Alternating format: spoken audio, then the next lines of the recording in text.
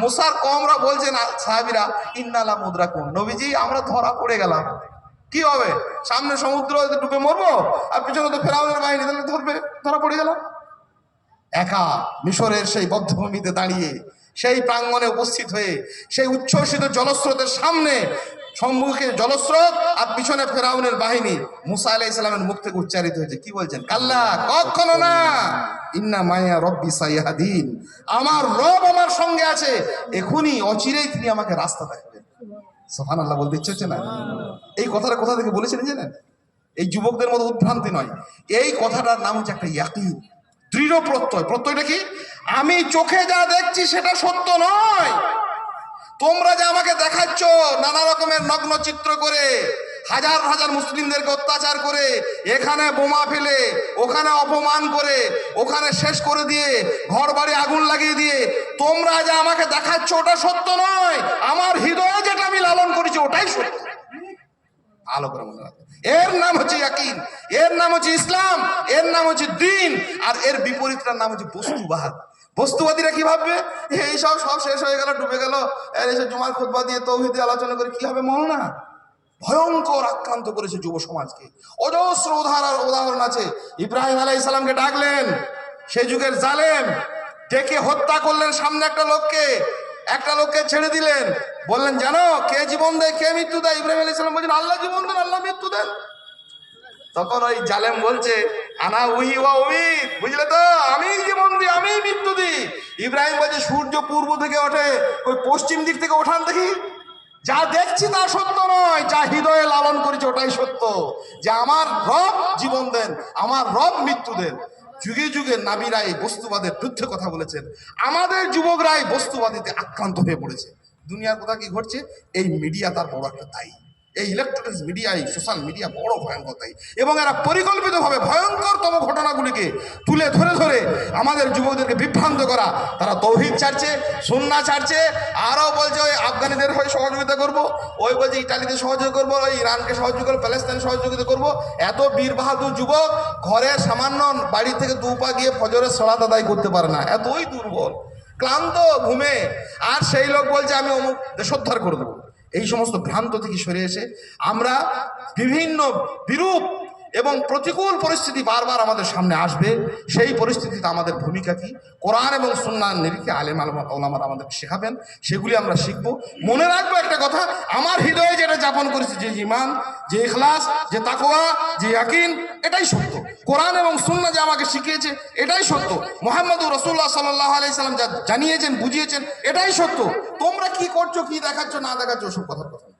আল্লাহ পাক রব্বুল আলামিন সঠিকভাবে সঠিক জিনিস বোঝার, জানার আমাদের প্রত্যেককে তৌফিক দিন, আল্লাহুম্মা আমিন। আর শেষত যুবকদের সব থেকে বড় যেটা ক্ষতি করে গেল, ক্ষতি করে চলেছে, তার নাম হচ্ছে যুবকদেরকে অশিক্ষিত করে তুলেছে। আমাদের এই কথার সঙ্গে অনেকে একমত হবেন না, ভাববেন সোশ্যাল মিডিয়াতে যুবকরা শিক্ষিত হয়ে গেছে। না, মোটেই না। শিক্ষার নামে এক ভয়ঙ্কর ব্যাধি তাদেরকে ধরেছে। তাদের চোখের নিচ থেকে বই কেড়ে নিয়ে তাদের চোখের সামনে তুলে ধরেছে আরেকটা কিছু। বই পড়ে না, পত্রিকা পড়ে না, কোরআন তেলাওয়াত করে না, সুন্নাহ পড়ে না, সারা দিন ফিতরা নিয়ে, নামাজ নিয়ে, রোজা নিয়ে, হজ নিয়ে কটা পোস্ট দেখছে আর মাতম করে বেড়াচ্ছে। সারাটা রমজান পার হয়ে গেল, কি পবিত্রতম মাস রমজান মাস, মানে কোরআনেরই মাস, শাহরুর রমাজান শাহরুল কোরআন। সালাবরা বলতেন রমজান মাস হচ্ছে কোরআনের মাস, সেই জন্য তারা প্রস্তুতি নিতেন, বেশি বেশি করে কোরআন তেল। একটা আয়াত কোরআন তেলাওয়াত করার সৌভাগ্য হলো না, কোরআন শেখারও সৌভাগ্য হলো না। সৌভাগ্য হলো শুধু এই নগ্নতা, এই বেহায়াপনার একটা যন্ত্র হাতে নিয়ে তর্ক বিতর্ক, অমুক পোস্ট তমুক পোস্ট, ওই মাওলানা কি বলেছে, এ কি বলেছে, ওর সঙ্গে কি বাদানুবাদ হলো, এর সঙ্গে কি ঝগড়া হলো, এটার নাম ইলম। ইলম থেকে বিচ্যুত করা, ইলম একটা ব্যাপার, ইলম থেকে বিচ্যুত। ইবলিশ শয়তান যত মানুষের ক্ষতি করার প্রচেষ্টা চালায়, তার মধ্যে সর্বাত্মক প্রচেষ্টা হচ্ছে মানুষকে ইলম থেকে বিচ্যুত করা, আলেম থেকে বিচ্যুত করা। সেই জন্য আল্লাহ কোরআনে যখন কোরআন তেলাওয়াত করার কথা বলছে, ওইদা কারাতাল কোরআন ফাস্তাইজ বিল্লাহি মিনাশ শাইতানির রাজিম, কোরআন পড়তে হলে শয়তান কাছে পানা চাইবো কেন গো? এই জন্য চাইবো যে কোরআন পড়ার সব থেকে বড় প্রতিবন্ধক, কোরআন এবং দ্বীনের ইলমের সব থেকে বড় বাধা ইবলিশ শয়তান। শয়তান জানে ইলম যদি যুবকদের থাকে তাহলে সর্বনাশ, যুবকরা দেশোদ্ধার করে ফেলবে, সমাজকে পরিবর্তন করবে, অজস্র কল্যাণ যুবকরা নিয়ে আসবে। তাহলে যুবকদের কাছ থেকে ইলম সরিয়ে দেওয়ার যত রকমের চক্রান্ত আছে, তার বড় একটা চক্রান্ত যে মিডিয়া, পড়তে দিল না, শিখতে দিল না। মুসা আলাইহিস সালাম দোয়া করেছিলেন আউযু বিল্লাহি আন আকুনা মিনাল জাহিলিন, হে আল্লাহ আমাকে পানা দাও, আশ্রয় দাও মূর্খতা থেকে। আর এই মূর্খতার সর্বব্যাপী এক ভয়াবহতার রূপ আমাদের যুবকদেরকে আক্রান্ত করছে। পড়াশোনা পড়ুন। ইলমের ব্যাপারে দু চারটি কথা বলি। ইলম অর্জন হলে এই ভয়াবহতা থেকে আমরা মুক্তি পেতাম। ইলমের ব্যাপারে সব থেকে বেশি আমাদের যে দুটি বিষয় মনে রাখা দরকার, সেটা হচ্ছে কি শিখবো, কার কাছে শিখবো। ভাই যুবক, ভাই বন্ধু, আপনাদের কাছে এটা স্বনির্বন্ধ আমার অনুরোধ, দুটি জিনিস মনে রাখবেন, কি শিখবো আর কার কাছে শিখবো। এটা কে ঠিক করে দেবেন? রাসূলুল্লাহ সাল্লাল্লাহু আলাইহি ওয়াসাল্লাম নিজেই ঠিক করে দিয়েছেন। এইসব সামনে এইরকম স্ক্রিন নিয়ে সারাদিন অনেক কিছু, আমি ইসলামের ব্যাপারে বহু কিছু জানি, কি জানেন? কিছুই জানেন না। তৌহিদ জানে না, আল্লাহুম্মা বাঈদ বাইনি জানেন না। আমরা বাপ মরে গেলে আল্লাহুম্মা গফির লাহু ওয়ারহামহু ওয়াফি ওয়াফু আনহু সুন্দর করে এই জানাজার দোয়াটা জানেন না। জানেনটা কি চাই, কি জানবো আর কার কাছে জানবো, এই দুটো বিষয় সম্পর্কে রাসূলুল্লাহ সাল্লাল্লাহু আলাইহি ওয়াসাল্লাম বলছেন দুটি কথা। আউযু বিল্লাহ, আল্লাহর কাছে পানা চাইছেন। আল্লাহুম্মা ইন্নী আউযু বিকা মিন ইলমিন লা ইয়ানফাউ। হে আল্লাহ, তুমি আমাকে পানাহ দাও। যে শব্দ আমরা শয়তানের জন্য ব্যবহার করি, শয়তানের কাছ থেকে যেমন আশ্রয় চাই, মুহাম্মদুর রাসূলুল্লাহ সাল্লাল্লাহু আলাইহি ওয়াসাল্লাম আল্লাহর কাছে পানা চাইছেন। আউযু বিল্লাহ মিন ইলমিন লা ইয়ানফাউ। হে আল্লাহ, আমি পানা চাইছি, আশ্রয় চাইছি ওই জ্ঞান থেকে, ওই ইলম থেকে যা আমার কোনো উপকার করে না। ওখানে চারটে জাহাজ উল্টে গেল, আপনার কি হলো? আপনার উপকার হলো কিছু? ওইটা দেখে আপনি ফরজ সালাতের এক রাকাত জামাত ছুটে গেল, আপনি জবাব দিতে পারবেন? তাহলে কেন এইসব নিয়ে মাতলামি করা হচ্ছে? আল্লাহ রাসূল সাল্লাল্লাহু আলাইহি ওয়াসাল্লাম বলছেন, আল্লাহ ওই ইলম থেকে আমাকে পানা দাও যে ইলম আমার কোনো উপকার করে না, না কোনো দুনিয়ার উপকার না আখিরাতের উপকার। দুনিয়াবি কল্যাণ, আখিরাতের কল্যাণ কিছুতেই কিছু নাই। হাজারো রকমের শিক্ষার নামে প্রপাগান্ডা তৈরি হচ্ছে। কোথাও একটা ফেসবুকে একটা পোস্ট লিখে দিয়েছে, কোথাও একটা কার বিরুদ্ধে কিছু একটা মন্তব্য করে দিয়েছে, ও ভাবছে আমি ভালো দিনের কাজ করছি। এক আয়াত কোরআন পড়ার ক্ষমতা হলো না ওর, আর কি করলো? মনে করলো আমি ইলম শিখেছি। ইলমের একটা সংজ্ঞা হচ্ছে, আল্লাহ রাসূল সাল্লাল্লাহু আলাইহি ওয়াসাল্লাম পানা চেয়েছেন, আমরা পানা চাইবো এবং সব সময় জানবো যে কোন কাজটা করছি, এটা আমার কোন উপকার নিয়ে আসছে, এটা আমার কি কল্যাণ করছে। নবী সাল্লাল্লাহু আলাইহি ওয়াসাল্লাম আরেকটি কথা বলছেন পাশাপাশি, আল্লাহুম্মা ইন্নী আসআলুকা ইলমান নাফিআ। হে আল্লাহ, আমাকে ওই ইলম দাও যে ইলম আমার উপকার করে, কল্যাণ করে। সোশ্যাল মিডিয়াতে বসে বসে বলছে আমি অনেক ইলম অর্জন করেছি, অনেক জ্ঞান হয়েছে, অনেক মাতব্বরি করে বেড়াচ্ছে, আর সেইগুলোকে মনে করছে আমরা ইলম। কি উপকার করলো, কি কল্যাণ করলো? ভ্রষ্টতা থেকে বাঁচাতে পারলো না, নগ্নতা থেকে আমাকে সুরক্ষিত করতে পারলো না, আমার বাড়িতে পর্দা প্রতিষ্ঠা করতে পারলো না, আমাকে সালাত সিয়াম শেখাতে পারলো না। তাহলে কি শেখালো? তাহলে আমরা কি শিখবো? এই ব্যাপারে মনোযোগী হই। তাই শিখবো যা আমাদের জন্য কল্যাণ করে। কোরআন শিখবো, সুন্নাহ শিখবো, দ্বীন শিখবো। আর দুনিয়াবি যে সমস্ত বৈধ বিষয়গুলো আছে সেগুলো আমরা শিখে নেবো। সমস্ত শিক্ষাকে মূলোৎপাটন করে আমরা ভয়ঙ্কর এক ব্যাধি আক্রান্ত হলাম। আর সেই শিক্ষার জন্য আল্লাহ পাক রব্বুল আলামিনের দোয়া করবো, আল্লাহ সেই ইলম আমাদেরকে দাও যে ইলম আমাদের জন্য সত্যি সত্যি কল্যাণ করে, উপকার করে। দ্বিতীয়ত, কার কাছে শিখবে?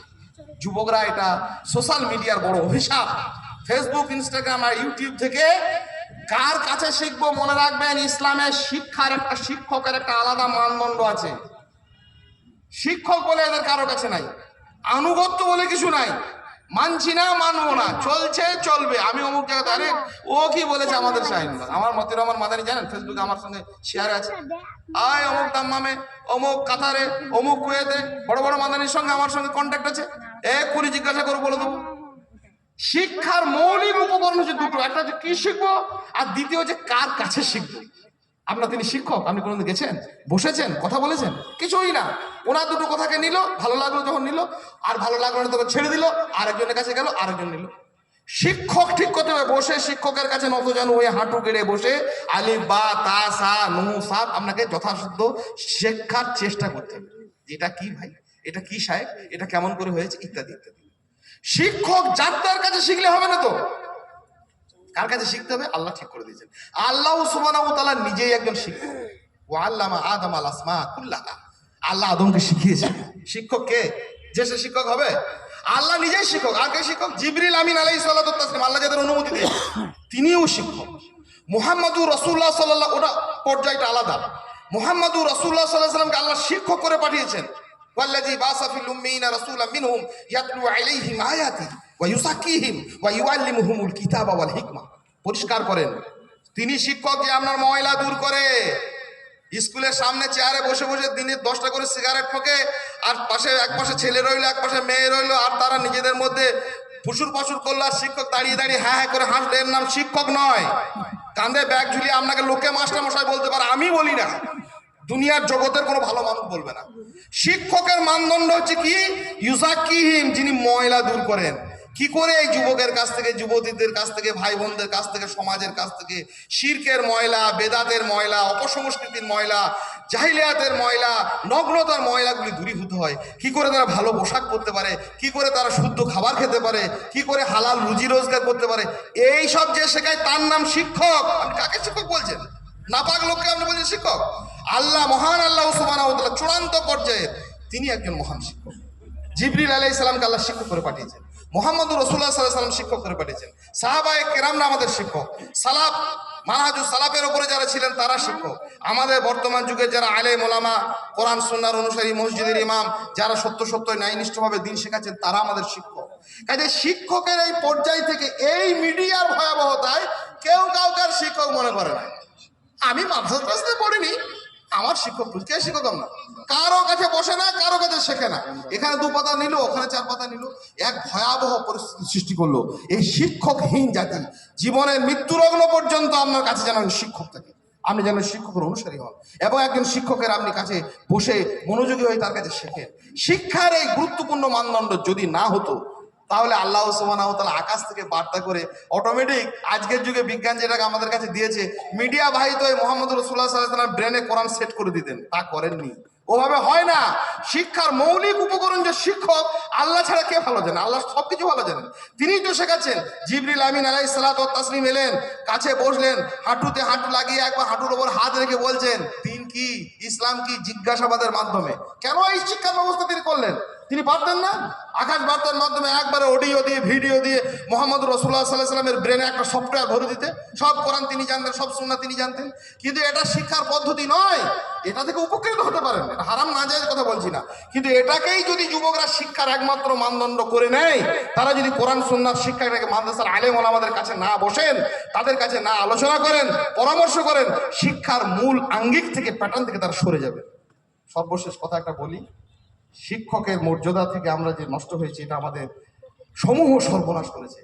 শিক্ষার ব্যাপারটা কি জানেন? শিক্ষা নিতে পারে সবাই, যারাই বসে আছেন আমাদের সবাই মোটামুটি শিক্ষা আমরা নিতে পারবো। শিক্ষা নেওয়ার যে ক্যাপাসিটি, যে ধারণ ক্ষমতা কম বেশি সকলের আছে। শিক্ষা দিতে পারে না সবাই, দিতে পারে মুষ্টিমেয় কিছু লোক। শিক্ষকের এই মর্যাদা থেকে আমাদের এই বর্তমান মিডিয়া আমাদেরকে সম্পূর্ণ দূরে সরিয়ে দিয়েছে। মসজিদের ইমামকে মানে না, বাপকে মানে না, মাকে মানে না, কারোর আনুগত্য নেই। শিক্ষকের প্রতি আনুগত্যপূর্ণ শ্রদ্ধা একটা মানুষের জন্য, একটা যুবকের জন্য অপরিহার্য। আমরা ইউটিউব আর ইনস্টাগ্রামের 2-4টে বক্তব্য শুনে আর 2-4টে লিফলেট পড়ে আমরা যদি মনে করি আমরা শিক্ষিত হয়ে গেছি, শিক্ষার নামে অশিক্ষার সর্বগ্রাসী ক্ষতি আমাদের কাছ থেকে তাহলে যাবে না। মনে রাখবেন, শিক্ষা নিতে পারে সবাই, একটা কুকুরও নিতে পারে। কুকুর নেয় না? কুকুর শিক্ষা নিতে পারে না? ট্রেন কুকুরগুলো এত বেশি কার্যকলাপ করে, পুলিশের সহযোগিতা করে, একটা সাধারণ মানুষ পারবে না। সেই কাজটা একটা কুকুর করে, ট্রেন কুকুর, প্রশিক্ষিত কুকুর। সার্কাসের হিংস্র প্রাণীগুলো নানা রকমের কসরত দেখায় না, নানা রকমের খেলা দেখিয়েছে তো, সিংহ বাঘ খেলা দেখায়। তাহলে এই যে চতুষ্পদ জন্তু জানোয়ার কুকুরও পর্যন্ত শিক্ষা নিতে পারে, কিন্তু ওই ট্রেন কুকুরটাকে যদি আপনি লাগান যে বাবু আর একটা কুকুরকে তুমি এরকম প্রশিক্ষণ দাও, দিতে পারবে? কে কি বলছেন? পারবে না। সার্কাসের একটা বাঘ খেলা দেখাতে পারে, কিন্তু ওই খেলাটা অন্য একটা বাঘকে সে শেখাতে পারে না। এটা হচ্ছে মজার কথা। শিক্ষা নিতে পারে সবাই, দিতে পারে মুষ্টিমেয় কিছু মানুষ, ন্যায় নিষ্ঠ, পরেশগার, মুত্তাকি, আল্লাহওয়ালা, যাদের মনের মধ্যে ভালোবাসা রয়েছে, গভীর ভালোবাসা।